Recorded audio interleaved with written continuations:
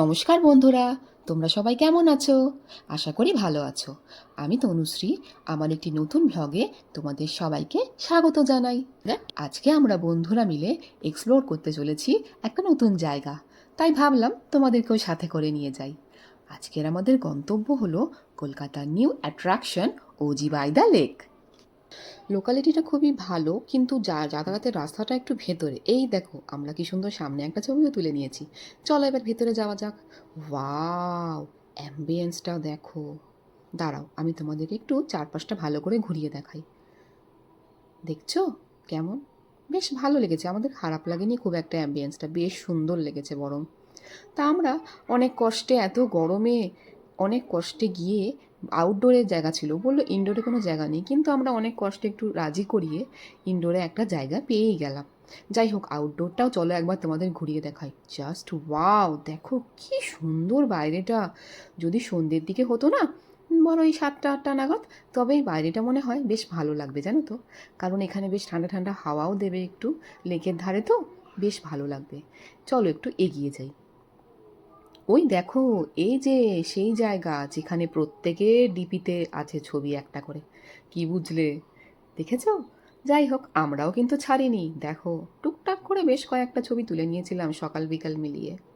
যদিও আমরা 4টে নাগাদ গেছিলাম, তাই আমরা দুটো বেলাই পেয়েছিলাম। নাও চলে এসেছে আমাদের ফুড আইটেম।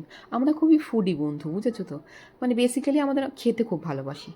তার জন্য আমাদের ফার্স্ট অর্ডার ছিল এটা। এটা ছিল ওদের ওজি ওখানে স্পেশাল কোনো একটা ডিশ, যেটা নামটা আমার ঠিক এই মুহূর্তে মনে পড়ছে না, কিন্তু মোটামুটি আমার খুব একটা খারাপ লাগেনি, বেশ ভালোই লেগেছিল। এইবার দেখো, এই যে এটা এটা একটা নন অ্যালকোহলিক মকটেল।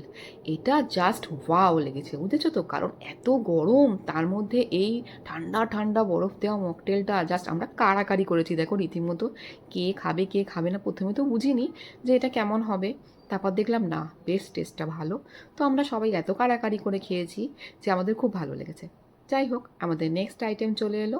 এটা একটা চিকেনের আইটেম ছিল, যে আইটেমটা খুব একটা স্পাইসিও ছিল না, আবার খুব একটা ডাউনও ছিল না। বেশ, আমার বেশ ভালোই লেগেছে, খারাপ লাগেনি, বেশ মোটামুটি ঠিকঠাকই লেগেছে।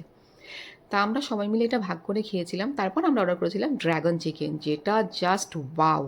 সত্যি কথা বলতে একমাত্র এই আইটেমটা আমার সব থেকে বেশি ভালো লেগেছিল এই রেস্টুরেন্টের। তো আমরা সবাই এটা খুব আনন্দ করেই খেয়েছিলাম। নেক্সট আইটেম আমরা অর্ডার করেছিলাম, দেখো এই ফিশটা, আজওয়ানি ফিশ। যেটা বিশ্বাস করো, আমি জানি না কেন আমার একটুও ভালো লাগেনি।